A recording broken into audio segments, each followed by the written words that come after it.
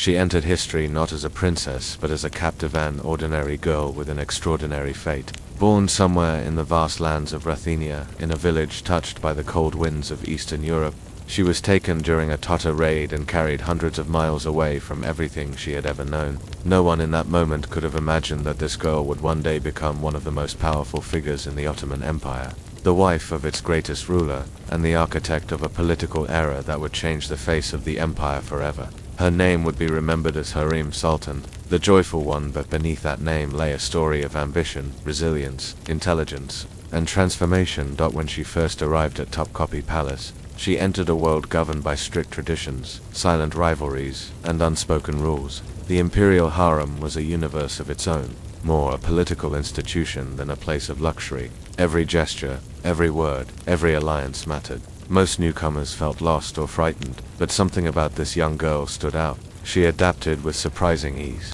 Her spirit, bright, expressive, warm, caught the attention of those around her. She laughed easily, smiled often, and carried a sense of life that contrasted with the carefully controlled atmosphere of the palace. It was this radiance that earned her the name Hürrem, meaning cheerful, joyful, and full of delight.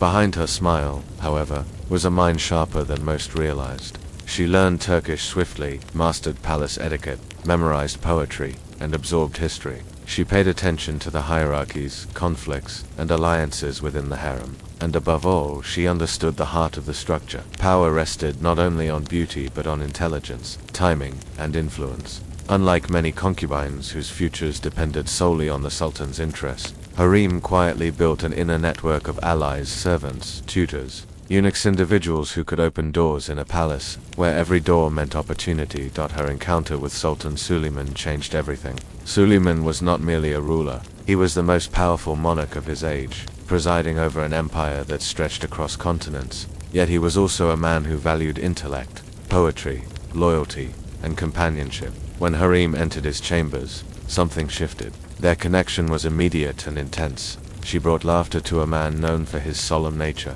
She brought warmth to a ruler burdened by the weight of empire. She was not afraid to debate, question, or challenge him, qualities that made her unlike any woman he had known. Soon Hürrem became his favorite, replacing Mahidevran, the mother of Suleiman's eldest son, Kezade Mustafa. This shift ignited the first sparks of palace conflict. The harem, already a delicate ecosystem, trembled as loyalties changed sides. Mahidevran felt humiliated, and tensions between the two women escalated into physical conflict, an incident famously recorded in palace chronicles. After this clash, Hürrem emerged not only as the emotional center of the sultan's world, but as a figure to be reckoned with in the palace. The unthinkable happened when Suleiman made a decision that shattered centuries of imperial tradition. He married Hürrem. No Ottoman sultan had legally married a concubine since the early days of the empire, as marriage created political entanglements. Sultan brides were usually foreign princesses whose alliances could compromise Ottoman independence. Yet Suleiman defied this rule and wed Hürrem in a grand ceremony that stunned not only the empire but all of Europe. Venetian, Austrian, and Polish ambassadors wrote letters describing the influence of the red-haired woman who rules the sultan's heart. But Hürrem did not rule merely his heart. Slowly and carefully, she became one of his closest advisors. She wrote letters to kings, negotiated with ambassadors, and participated subtly in state matters through her correspondence and counsel. Her letters to King Sigismund II of Poland, preserved to this day, revealed diplomatic finesse and strategic clarity. In the palace, her political awareness grew. She recognized the danger Mustafa posed to her own son's future. Mustafa, being the heir apparent, had the loyalty of many soldiers and officials. His popularity was a threat not only to Hürrem's children but potentially to the stability of the empire itself.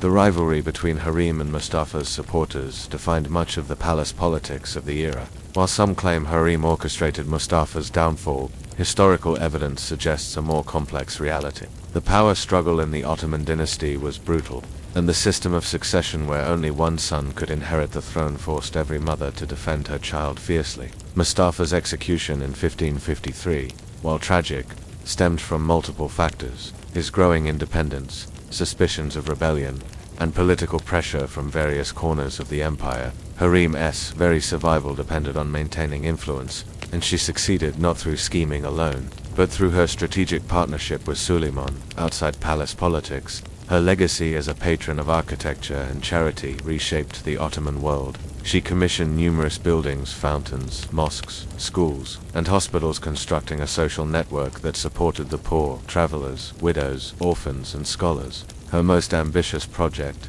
the Hürrem Sultan complex, was a monumental expression of her vision for a more humane empire. It provided free food to the needy, medical care to the sick, and education to the young. She also sponsored projects in Jerusalem, including the refurbishment of the Dome of the Rock and various public kitchens. Through these acts, she created an empire-wide presence that extended far beyond the palace walls. Her relationship with Suleiman was not merely political, it was deeply personal. The Sultan, widely regarded as the most powerful man of his era, wrote intimate poems addressed to her under his poetic name Mohibi. These verses describe longing, devotion, and an emotional connection rarely documented between Ottoman rulers and their consorts. Hürrem had become his confidant, his companion, and in many ways, his equal in spirit. As her children grew, the rivalry between her sons Selim and Bazid became increasingly dangerous. She worked tirelessly to keep peace between them, but once again, the harsh realities of Ottoman succession overshadowed familial bonds. Her influence softened the conflict for a time, yet after her death, Bazid and Selim would eventually clash in a tragic power struggle. Hürrem did not live to witness the full scale of the conflict, perhaps a mercy, considering how deeply she cared for both sons. Hürrem Sultan died in 1558 after a long illness. The news devastated Suleiman, who lost not only his wife, but his closest companion.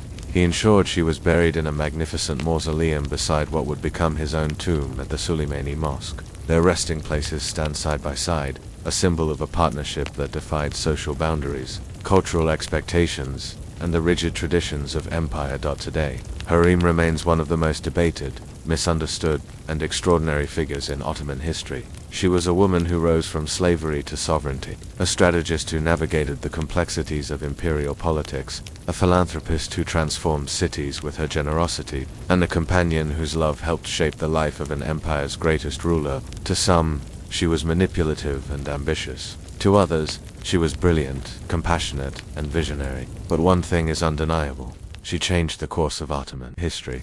Her story is a reminder that power often lies not only on the battlefield or throne, but behind the gilded screens of palace rooms, in the whispered conversations of the harem, and in the mind of a woman determined to rise above her fate. Hürrem Sultan's influence outlived her body, her era, and her dynasty. She remains a figure of fascination, a symbol of resilience, ambition, and the unbreakable human spirit, destined to be remembered as one of the most powerful women the empire ever knew.